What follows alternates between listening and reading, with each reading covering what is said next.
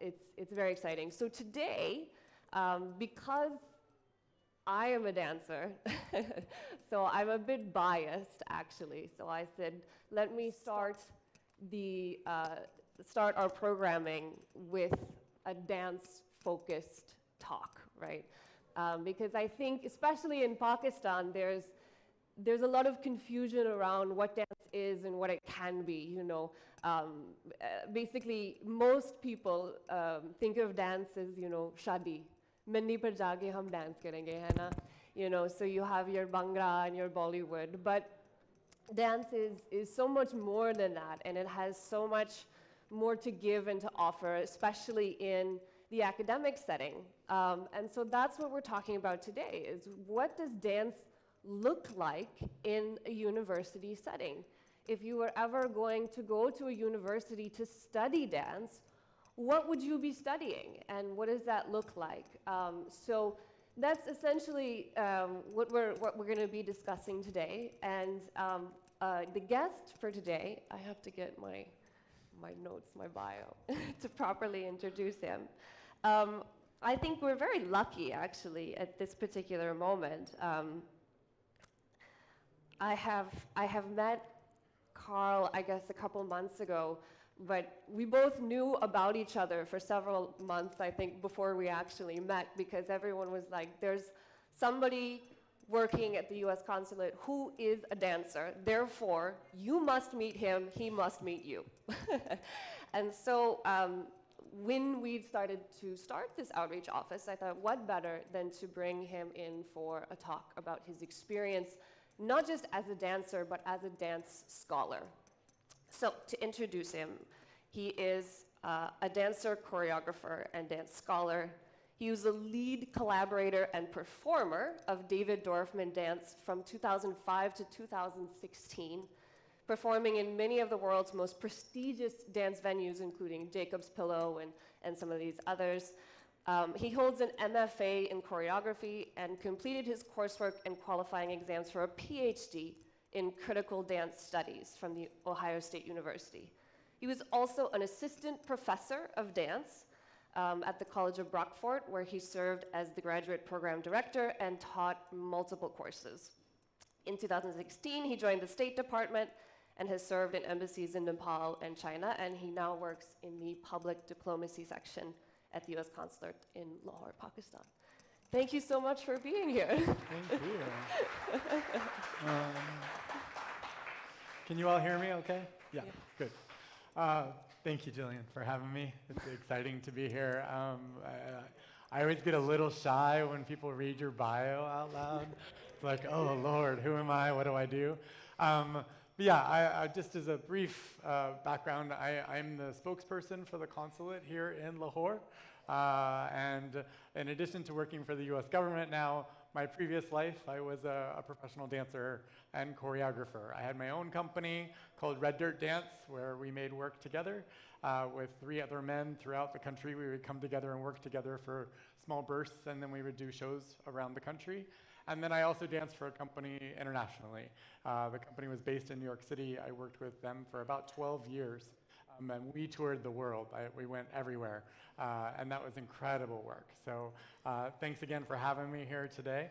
I'm excited to meet people and, to be honest, talk a little bit about myself as an artist as opposed to myself as a diplomat. Yeah, exactly. And that's one of the things that I thought was fun about this interaction, is that, we know that you are a diplomat, but there's this whole existence previously, which is, I think both of us are dancers, both of us are choreographers, and we've both studied dance in an academic setting. Yeah. So we have that in common. So you have to tell me when you want to play the video. Sure. Okay. We can do that. No worries. And when. So I think just to get started, you obviously were a professional performer, but then you also decided to get your Master's of Fine Arts and in choreography, and eventually to do your PhD. So what was kind of how did you decide to do that? What made you go into the academic side of it? Sure. So I have like a couple of different answers. I started dancing very late. It's not that common for men in the United States to dance. It was not something that I was encouraged to do as a young boy. But I was at college. I was taking a course, and one of the sections of the class was to make some movement responses. And I got really fascinated by it, so I started quietly sneaking into dance classes without my friends knowing. I was just trying to figure out like what this thing was that I really liked. But I was always more of a scholar at heart. Like I knew that I wanted to be a professor. I just didn't know what I wanted to profess. I really like history. I've always really liked history. I'm a big reader, so that was kind of a push for me. But I mean, long story short, I started, when I graduated from college, I decided I really wanted to dedicate myself to studying how to dance. So I decided to go back to school and pursue a Master's of Fine Arts. But very quickly I realized that I didn't want to just dance, I wanted to make my own dances. I felt like, I don't know, like it was important to like have my own voice in the movement that I was making. And so doing other people's moves was fun, but it didn't like feed that part of me that felt like a creative self. That took a long time for me to figure out how to do that. So at the beginning, I thought of myself much more as a choreographer. So I have an MFA in choreography, which is a Master's of Fine Arts. In the United States, that's a 3-year postgraduate degree, and it qualifies you to teach at the university level. So it's what we call a terminal degree. It's the highest degree you can get in the doing of an art.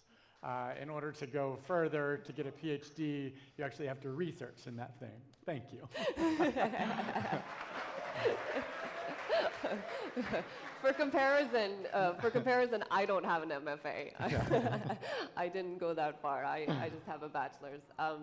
But after that, I don't know if you finished the PhD, but you started on the critical dance studies. So what put you in that position? So let me ask this: how many of you would consider yourself dancers? If you would consider yourself a dancer, raise your hand. All right, we have a couple. Good. A couple brave souls. Yeah.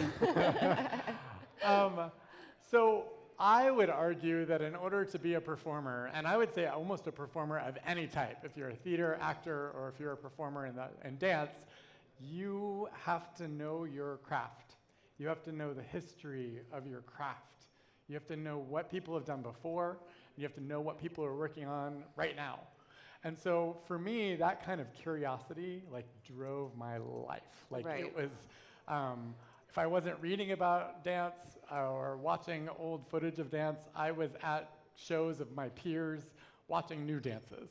Like I just wanted to figure out like what was happening in the scene and what people were doing. Like, you know, I can tell you I'm not the most extroverted person. I'm actually quite an introvert. I really love quiet time with a book. That's where I like replenish myself. But you, as a performer, have to learn how to be, you know, present.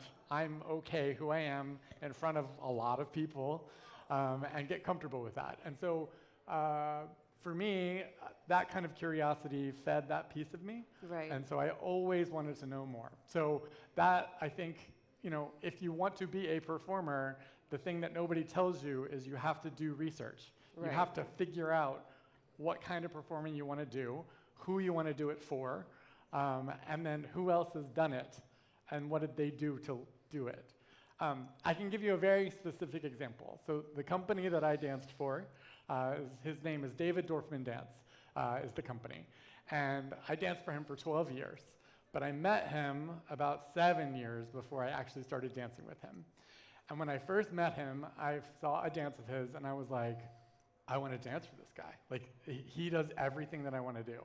It's a little bit of theater, it's a lot of social activism, and it's like really crazy, awesome moves, like stuff I can't do yet, but I want to be able to do. But I also recognized very quickly that everybody in his company was like 5'8", and they were built like a box. Like they were just like square people. They were not like me, which is very long and lanky.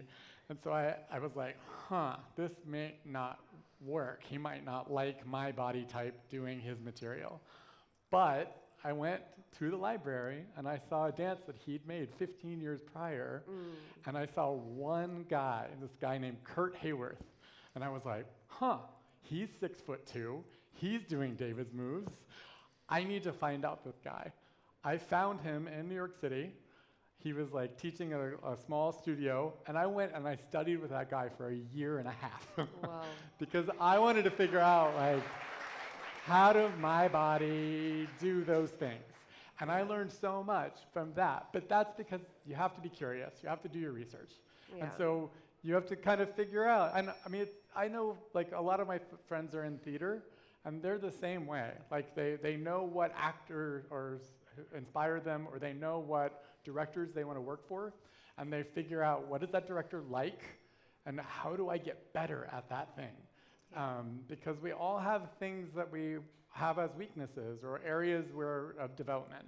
And so that's what I would say, like that kind of curiosity for me has always driven that. Like it's like a, it's like a compulsion almost. It's like I find the thing I don't like and then I try to go for it. And then try to go for it, Well, I think it's interesting, with a lot of performers, the research is part of the practice, basically. Like what we do, we practice and then we research to get better at what we do, right? So that's kind of part of our practice. But there is kind of a whole part of the world which is also just academic. It's, there are dance scholars who are not dancers, right? So let's kind of dig into that a little bit. So if because you were designing programs for a university and you were teaching as well. So if you're, because here you think of, if you're practicing dance, you go to a rehearsal, you learn steps, and then you perform those steps, right? So that's kind of the idea of studying dance. But if you were, studying dance in academic setting, what are you studying? Well, I think there's three kind of tracks that people talk about. One is the doing, the performing. The next is the making, or choreography. And then the third is this analytical history, research about the form and writing about it, often using words. So let me step back and say, when we talk about research in dance, it happens in all three. Right, exactly. And so you have to be really clear when you're in an academic setting that you're thinking about it in those terms. So even when I was just performing, and I say just, and I shouldn't actually, when I was performing, I thought of it almost as like a research question for myself. And I think that's how we find, as the artists, find our way into academia, is that we think about it through, just like scientists, they're like, what happens if I do this to this part of a cell in order to trigger this protein? Like, they're asking questions. Yeah. Artists are doing the same thing. And we have to, A, believe that our questions are as important as anybody else's questions in academia. And then B, we have to pursue it with that as our mindset. And so as a performer, I would think often of, like, what do I need to do physically to change, or what, in David's work, we often would go, I would joke that one dance would be super circular, like everything would be circles in space, and then the next thing would be nothing but sticks. Like, we would go from one to the other, because the research question about the movement itself would change. Right. How do you, like, be in your body differently than you were before? Yeah. Then in terms of making, like, there's all different kinds of ways to make dance and to think about dance. Yeah. And so again, as scholars who are making dances, you want to come up with, like, research questions for yourself.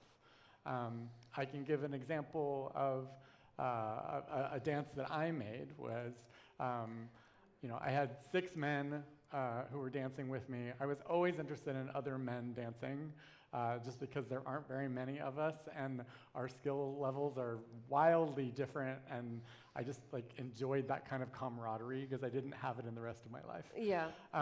So I made a dance on 6 Men, but it was based on my grandfather's like history in football.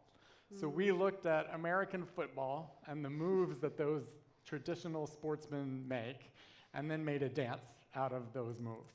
Yeah. But that was my research question of like, how do you take like history of men moving, but in sport, and then put it into the stage where people can look at it and enjoy it? And then the last is just more traditional, which is history work. Yeah. And again, I think a lot of questions are really personal questions that you have to come up with on your own, and it's your individual voice. My particular interest was vaudeville performers between the years of like 1900 and 1926-ish. And like everyone just went like this, huh? The reason is because where I grew up, there was a theater in my small town. And that theater was like the hub of my small town. Like everybody went there. It was a movie theater when I was a kid, but I knew that it was built as a vaudeville theater. And so I was really interested in like, well, what did that look like? Who performed on that stage like way back when it was founded? And I found that these like 3 or 4, again, men were performing dances in a very conservative part of America along train tracks, and they would go from small town to small town to small town. And it just fascinated me. So I was like, why don't I do research on that? So I eventually learned about 2 different men who had very different life trajectories, very different artistic visions, but both did this same circuit. path. Yeah. And so I was able to write about and compare them of like how did they negotiate their identities in 1920s vaudeville as men in dance. Yeah.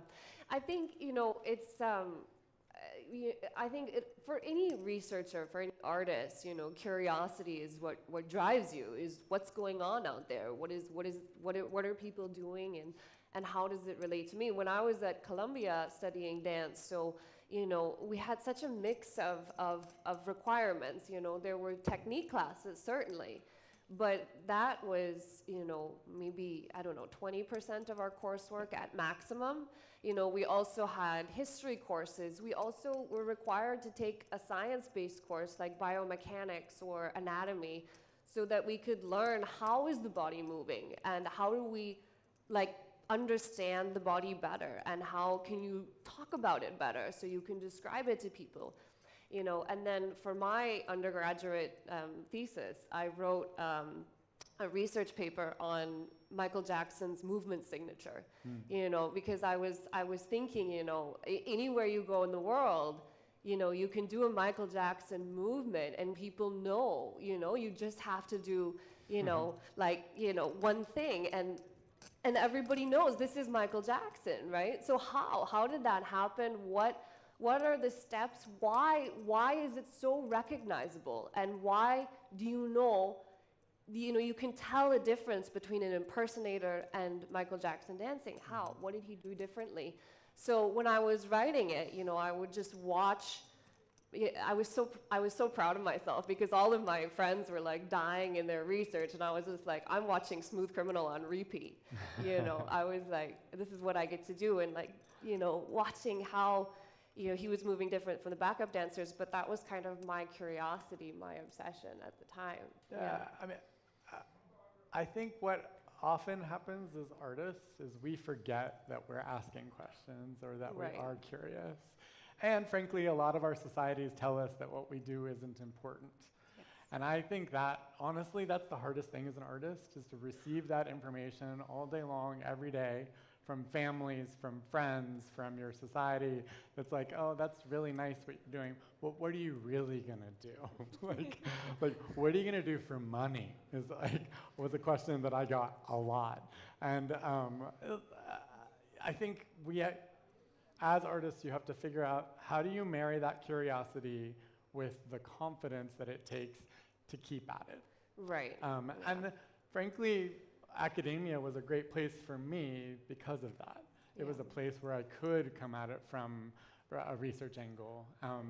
And you know, I just learned over the years to be more and more confident in that about myself, of like, yes, I'm a professional dancer, but I'm also very invested in academia and research. Like, I've always been that way. My company members would often make fun of me because where's Karl? Oh, he's in the back of the theater reading a book again. Like, while everyone else is like doing other stuff. Like, you know, just everybody has their own curiosity. And so I think a piece of advice I would give everybody in the room right now, I don't care what field you're in, is to think about what is it that drives you. How do you frame it as a question and then put that into an academic sense? Because that's going to feed you. It's where the divide between your work and your life is less. And then things are more enjoyable, frankly. Yeah, absolutely. And, you know, why do you think, like, you know, I think especially the dance field and performing arts, you know, and as you've heard, not just here in Pakistan, but in the US as well, there's this kind of question of like, why should you waste your time studying it, you know? Like, you know, okay, fine, you can go to a dance studio and learn some steps all very well and good for you, but why would you spend your time, like, actually, you know, studying it, getting a degree? So, I mean, what do you think about that? Like, why do you think it's important to go beyond just the steps and the technique and really look at this as a subject? I mean, no matter where you go, there's movement. Yes. Like, it's everywhere. It is, like, and it's part of all parts of our lives. Like, you know, over the weekend, during the long march of Imran Khan, I was particularly struck by the crowds and the music that was playing and the way that they were moving around that container as it was going on. That was me as my dancer brain. Right. That was me looking at this political situation with this other sense of like, how is that being choreographed? So even politics, like a place where we don't think about like art and politics going together, they are married. Yes. Those things are choreographed and people work on them. I can tell you because my job now is choreographing some of those things. You know, weddings, funerals, your parties, like these are all places where dance and movement happen. Yeah. And so for us to say that it's not important, I think that it's overlooked. It's not that it's not important. Well, we don't assign value to it, but we should. Yeah, absolutely. So that brings up something which I think is a really good point. So when we're studying dance, you know, this idea of choreography, because we treat it as an academic subject, you can take the ideas associated with dance, such as choreography, and use it to examine other things that happen, right? So you can use the ideas of choreography, of movement design, of crafting movement, of crafting a performance, and apply it to other situations. And because you're coming at it from a different angle, you understand different things about it. Like, for example, kind of in the same vein, when I first went to the Wagah border ceremony, I was struck by how well choreographed it was, you know? There were both sides doing the same movement at the same time to a soundtrack which was running. And I thought, this is so well practiced. You know, they've rehearsed this, obviously. They've potentially developed it in collaboration with each other because they're doing the same movements, right? And so to be able to sort of understand movement and choreography from a different perspective and then use it to understand what's going on in your world, I think that's also a part where it's like really important. Yeah. So let me take one step back and let me think about it. And this, I'm actually going to queue up what I'm going to show as well. So in just a minute, and we're going to show like maybe 17:45 into this film because it's really long. We don't want to watch the whole thing. So here's one thing that I really liked about modern dance is that every dance has a different movement vocabulary, and the goal of a choreographer is to figure out what is the movement vocabulary of that particular dance and why. So this particular dance that I'm going to show a section of is called light bulb theory. And David's father died, and it was a very long sickness. And 2 days before his father died of this very long sickness that was very painful and very difficult to watch, his best friend actually passed away as well, but he had a heart attack and went like that. So David's kind of research question for this dance was, is it better for a light bulb to just go out, or is it better for a light bulb to flicker and then go out? And so a lot of the moves in this go between these two worlds of like really slow, enduring, difficult moves, and then like sections that are crazy fast, like just like an over the top, like a flicker of a light bulb. And so I'm gonna show just like maybe. They're just working on the internet, basically. Oh, that's okay. Maybe like 4 minutes if we can get the internet to work with us, of this kind of movement. But the other thing that I'll say about it was, in order to exaggerate those two things, almost all of the like really fast movement is in arcs. Like everything goes through an arc through space. Like it's like undulates like this. Whereas the slow, more like you go like this, everything is in like as rigid a body as one can create. And so the two sections side by side, you're like, the bodies look like this, and then the next time you see them, they're like this. So two things I love about that. One, as a performer, it's just a challenge. Right, like, yeah. And then the other is, that's an example of a choreographer making very conscientious movement choices to reflect answers. Yeah. And I don't think people always realize that when they watch dances. They just think, oh, those are really cool moves. Those are pretty. Those are great. Wow, those legs go high. Like, but no, there is lots and lots of work that go into that kind of detailed thinking about a dance. Yeah, and so we can explore that more. I think the internet is currently not cooperating with us, but you know, we'll try. That's all good. So, you know, this is part of, you know, that here I think it's a concept that hasn't arrived yet. But I used to dance for a company in South Korea, and most of what we did was what we call research, right? It was time spent in the studio improvising, and the choreographer would keep throwing different ideas at us, and we try to use our bodies to explore that concept. And then if he liked it, then we would shape it into something, and if he didn't, he'd throw it out. And so this is this idea of basically movement research, which is something that, you know, you don't think, you just think, okay, we're gonna do, you know, we have this many eighths counts, and then it's the chorus, so we're just gonna do this, and it's gonna look cool, and then people are gonna have, you know, it'll be fun. Oh, it's working.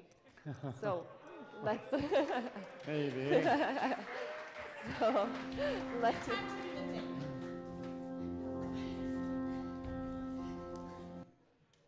Uh-oh. And these are the light bulbs you're talking about. Yeah.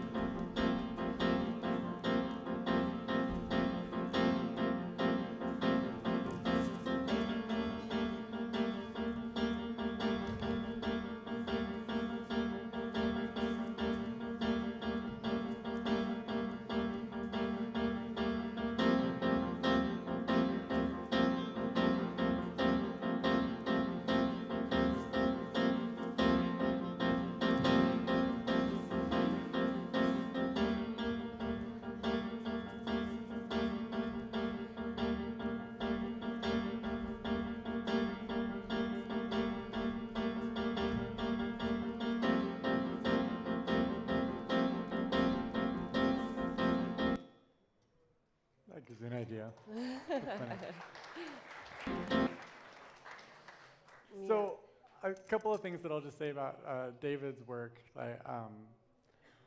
As you can see from the women who just lifted me and pushed me through space, partnering was a really big part of what we did. So it was a lot of people lifting other people and pushing them through space or doing other things with bodies, because more is available as a movement vocabulary if you've got other people involved. You can get things higher, you can like jump farther, you can do all kinds of stuff. We also did a lot of upside down kind of movement, so a lot of where we would go onto our hands, because it was David used to describe that the floor from here to here is the most sacred part of the world. But our hands very rarely go into that space, but these are where we operate through our world. So he would often put your most important parts in that sacred space and figure out what happens in that. The other thing I'll just say that I think is really great as a mantra for performers is David's kind of thought, and this is, actually he never said this is just how I think about how he thinks about it, which is he wants performers to be like superhuman. And what I mean by that is not that they have like the best bodies, that their legs can go higher than anybody else. Yes, he wants that kind of virtuosity. As you can see, like people are doing crazy things. Like not every day people can do those things. But it's actually the second part that I think is more important for us to cultivate, and that is the human part. How are you more superhuman?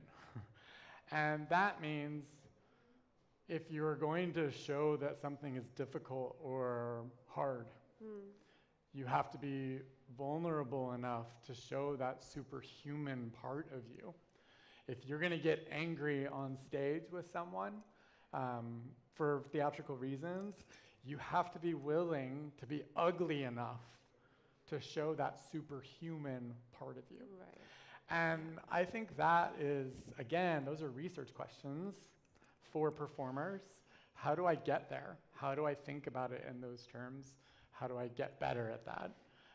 And then there are also movement like maker questions, which is if I want to make a dance about like tension between people, how do I get at those ugly parts of what happens between two people who love each other or two people who hate each other or two people who love and hate each other at the same time? And so those are things that I think I often had to explore in order to, this dance is really fun to do in some ways. Like this section's super fun. Like, yeah, I'll go and throw myself around. But the next section is like really sad, like, and hard to do. And it always made me think of my own dad. Like, to be honest, like I'd be on, you're so tired after dancing for 7 minutes like this. And the next section, you're just on the floor for a second. And my dad would just like come to me every time and just like, it was hard, like to do that. But I also knew it was important to do that. Yeah, I think I've had teachers as well that have said, being on stage is the most vulnerable place you can put yourself in, but the more vulnerable you can be in that point, the stronger you are, the more you can give to the audience.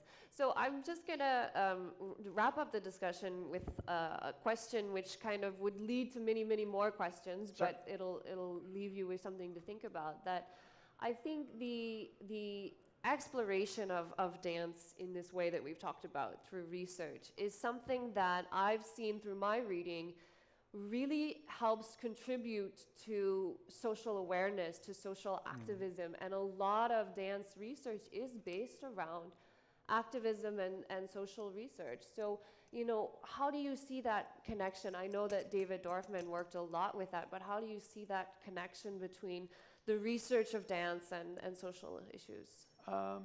Well, two things come to mind. One is, as I said earlier, dance is just part of our lives. And these social issues are part of our lives. And I don't care what kind of dance you do. Like, I recently got to meet a Bharatanatyam dancer here in Pakistan. And for her to talk about her life and her training and her experience, that is social political. Like, and she's saying things that matter through her dancing. Yeah. And so I don't care what kind of dance you do, you can think about it in that lens of like, how am I contributing to society, and what am I showing that might change people or might make them think about things. I don't like, I'll be honest, I don't like art that tells me how I'm supposed to think. Like, that beats me over the head and is like, you think this. Like, I roll my eyes really quickly and I want to get out of there because it starts to feel like a political rally at that point. But I do love art that asks really good questions, that makes me think about them. So that's where I think the social activist piece comes for me, at least, Right, which is, if you think about the people who have traditionally done dance as a career, or it's women, it's often marginalized parts of society, men who don't necessarily think they fit into masculine society in whatever way, whether their chosen profession, their sexual identity, you name it. Like, there's things that are gonna make them feel marginalized. Those people have a voice, and they're using their bodies to share that. Right. So I don't think it's surprising that social activism is going with these marginalized identities at the same time. Yeah. So. I think that's a great way to end this, and I know you guys have to get back to class, so we're going to wrap this up here. But this is a beginning of a discussion, as always with any research, with any artist project. We could investigate this so much further with so much more, but that's all we have time for today. So thank you so much to you guys for being here, to all of the technical staff, and to Karl for making time for this. Thank you, Jenny.